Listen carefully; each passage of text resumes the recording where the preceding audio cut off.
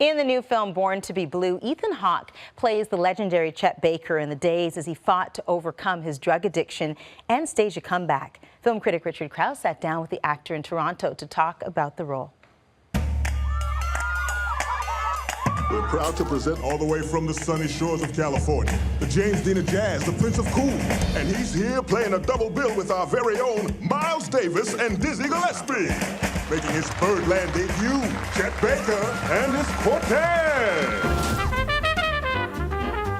Chet Baker is a character that you've flirted with for a long time. What is it about him that keeps you coming back? Well, there's something always dramatic about the portrait of the tortured artist. Right. You know, I mean, especially as someone who's dedicated their life to the arts, you kind of study these people and look at them, and what's haunting them. But for me, there's in his singing and in his playing, there's something so deeply lonely that I think people have been responding to. There's something cut off about Chet Baker, and there's something detached.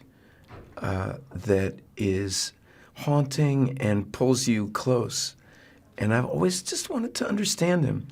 And there's something so self-destructive. Yeah. It's strange that somebody could work so hard. I mean, what I love about this element of the story is that, you know, it's dramatizing the moment of his life where he lost his embouchure. He got beat up so bad he couldn't play anymore. And he proceeded to kind of have the only moments of his life that he was sober, just to teach himself to play again.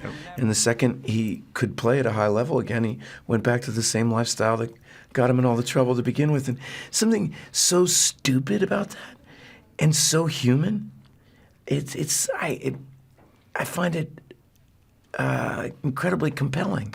Yeah, I mean, when I was watching the film, I thought of people like Kurt Cobain. I thought, like, it's not an uncommon story that these people are so self-destructive. But one of the questions that the film brings up, and I wonder, you know, perhaps you can shed some light on it.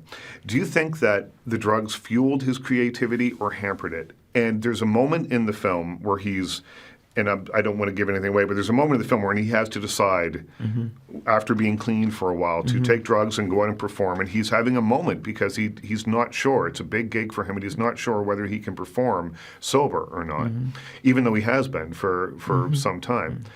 I don't know. I don't know how I feel about that. I feel, you know, people can do whatever they want, as far as I'm concerned. Well, but I just wonder. See, I wonder how you feel about it. I feel like the drugs are a crutch. It's in the way. His perception is that he needs them. Yeah. I mean, I think it's true that many artists, you know, Peter O'Toole felt he had to be loaded to go on stage. You know, he didn't. He was brilliant before he was doing that. But you start getting into a habit where the anxiety becomes too much without it. You know, and then a lot of us spend our life at war with our anxieties.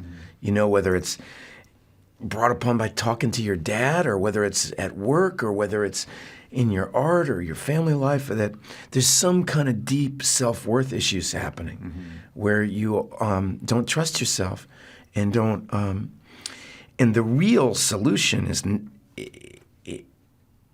is to figure out why you don't give yourself permission to succeed. Right. You know, that's the real solution, but that's a lot more work than just taking some pills. Than getting high, yeah. Yeah, you know, because the idea that the creativity lives in the drugs is a complete myth. He played his best music of his life before he ever tried heroin. I want to play. All I want to do is play. I want my life back.